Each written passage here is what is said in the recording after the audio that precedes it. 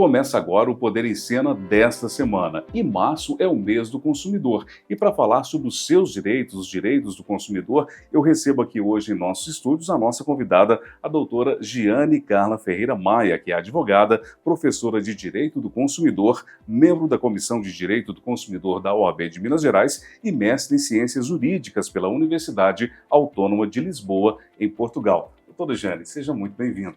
Eu que agradeço, muito obrigada pelo espaço, estou à disposição.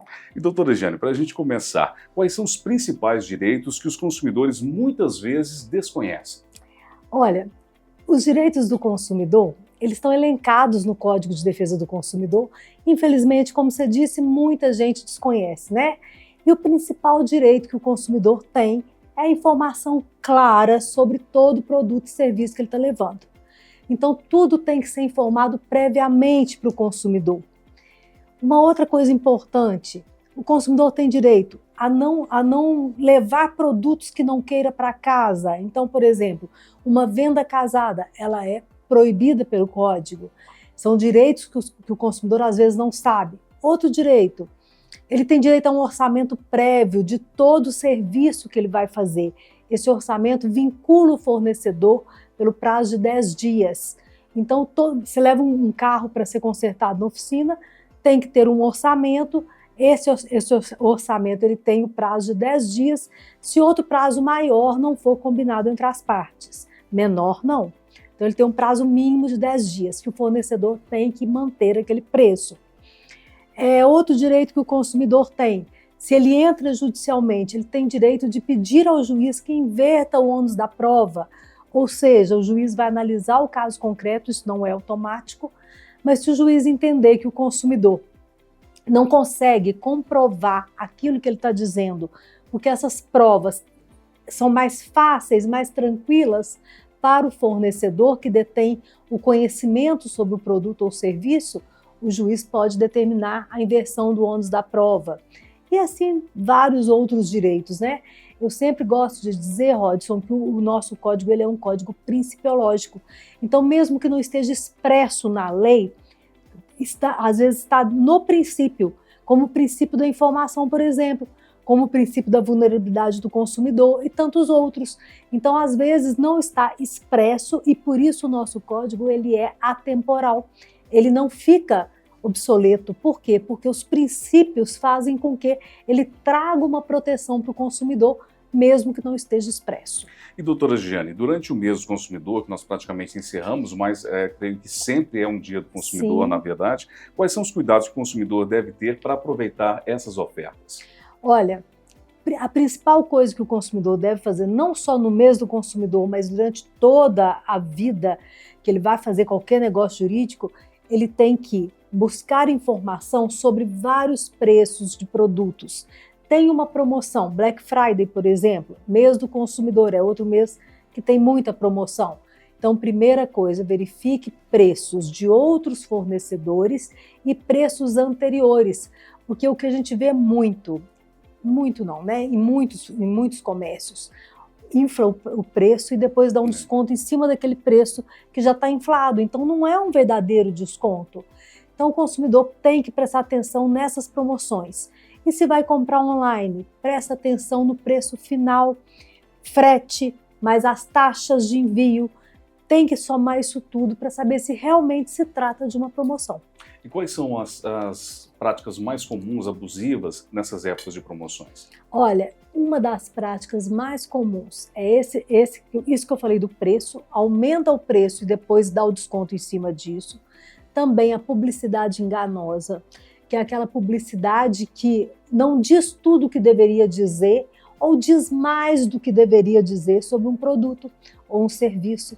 E às vezes coisas essenciais que o consumidor não levaria se soubesse daquilo, né? Então essas práticas, elas acabam iludindo muito o consumidor. Outra coisa, uma prática abusiva também, dificultar a troca do produto, a devolução do produto.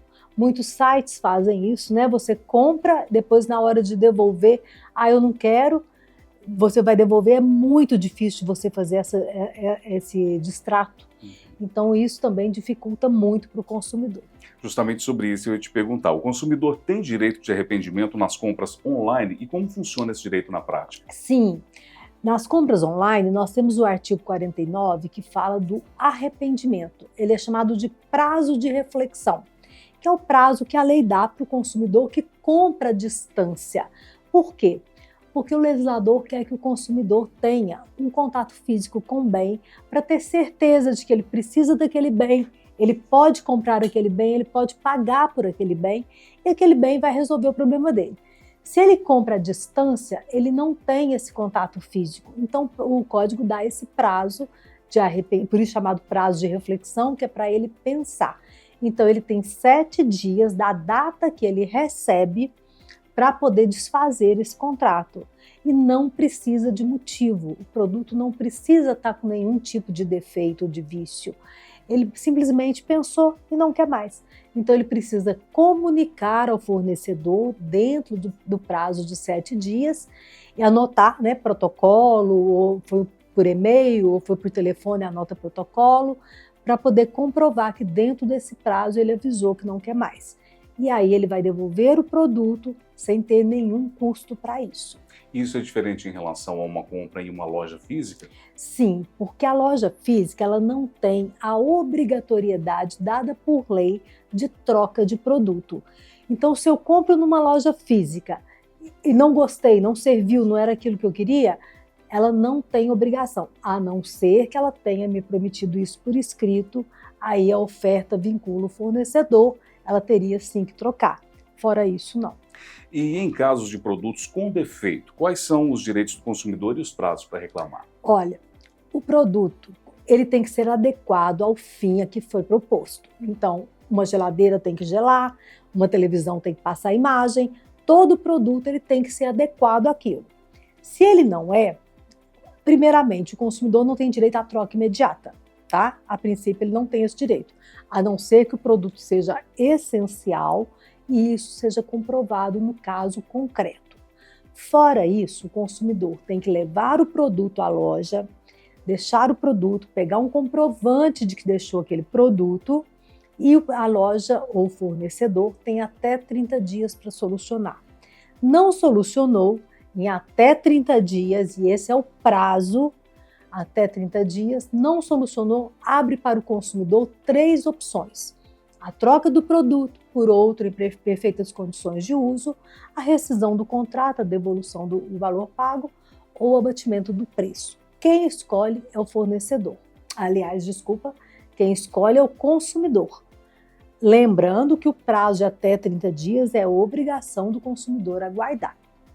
Agora é bom que se fale o seguinte, imagine que o fornecedor gastou só 10 dias e devolveu o produto dizendo, olha, está arrumado. E aí o consumidor olha, não está arrumado. Ele perdeu o restante do prazo, esse prazo Não acabou. Disso. Então ele não tem que mandar uma segunda vez, porque tem fornecedor que fala, tem que ir 3 vezes para assistência técnica. Não tem, basta uma vez e até 30 dias. Devolveu com 10, 15 dias, não está funcionando, ele já tem direito à troca, o dinheiro de volta. E como o consumidor pode agir ao se sentir lesado por uma empresa? Olha, a primeira coisa que ele tem que fazer é procurar essa empresa, né? A primeira coisa que eu oriento é procure a empresa e faça a sua reclamação. Guarde comprovação disso. Não resolveu? Procure as plataformas digitais. Reclame Aqui, por exemplo, consumidor.gov, por exemplo, que é um site do governo, onde as maiores empresas do Brasil estão cadastradas. Ele vai lá, procura a empresa, se ela já estiver cadastrada, faz a sua reclamação, o índice de solução é bem alto. Não resolveu? Ele tem a opção de procurar o PROCON, que é um órgão administrativo, ele pode procurar sem advogado, ou ele tem a opção de entrar no juizado especial, que também, se for até 20 salários mínimos, ele não precisa de advogado, acima de 20 salários é obrigatório advogado. Não resolveu? Ele vai ter que buscar a justiça aí através de um advogado consumerista que ele vai fazer isso. E doutora Giane, a senhora observa que as pessoas, de um modo geral, têm procurado mais os seus direitos do que antigamente? Com certeza, eu acho que o código ele veio para ficar. O código ele é muito observado pelos consumidores, cada vez mais os consumidores estão buscando conhecer o código E eu posso dizer que cada vez mais os fornecedores estão buscando conhecer o código também. Eu recebo muitas perguntas de fornecedores querendo tirar dúvidas, se estão fazendo corretamente, se estão agindo corretamente. E isso é muito importante, né? Isso é muito interessante, porque o código veio não para punir fornecedores, ele veio para fazer valer os direitos do consumidor. Então ele veio para igualar as duas partes. Ele é um código protetivo. Por quê? Porque o consumidor é mais frágil na relação. Então o código vem para tentar igualar as partes, não para acabar com o fornecedor, porque não é isso que a economia quer, né? Então, quando o fornecedor procura a gente para poder falar, olha, me orienta, eu estou fazendo corretamente, não estou? Isso demonstra que o fornecedor está respeitando o consumidor. E isso é muito importante. E essas relações são importantes para que haja uma relação de consumo mais madura, mais saudável. Claro, é para isso que existe a lei, né? E os órgãos de defesa do consumidor estão aí, fazem palestras e tudo mais para fornecedores justamente para orientar. E, doutora Jane, o PROCON ainda é um dos principais caminhos para resolver os conflitos, pelo menos um caminho de entrada na cabeça da maioria das pessoas? Sim, o PROCON né? Ele é um órgão que tem uma resolução muito alta também, né? Ele é um caminho de entrada, sim, mas como eu disse, não é o único, né? Tem também o juizado especial, tem a justiça através de advogado, tem o Reclame Aqui, o consumidor.gov. Então, o consumidor, de modo geral, ele tem vários caminhos para buscar os seus direitos. Mas, claro, o PROCON é um dos principais caminhos. E como a senhora vê a questão do nosso Código de Defesa do Consumidor em relação a de outros países? Nós temos avanços consideráveis? Nosso código é muito respeitado, nós temos países que nem código tem. O direito do consumidor ele não é codificado, são leis esparsas.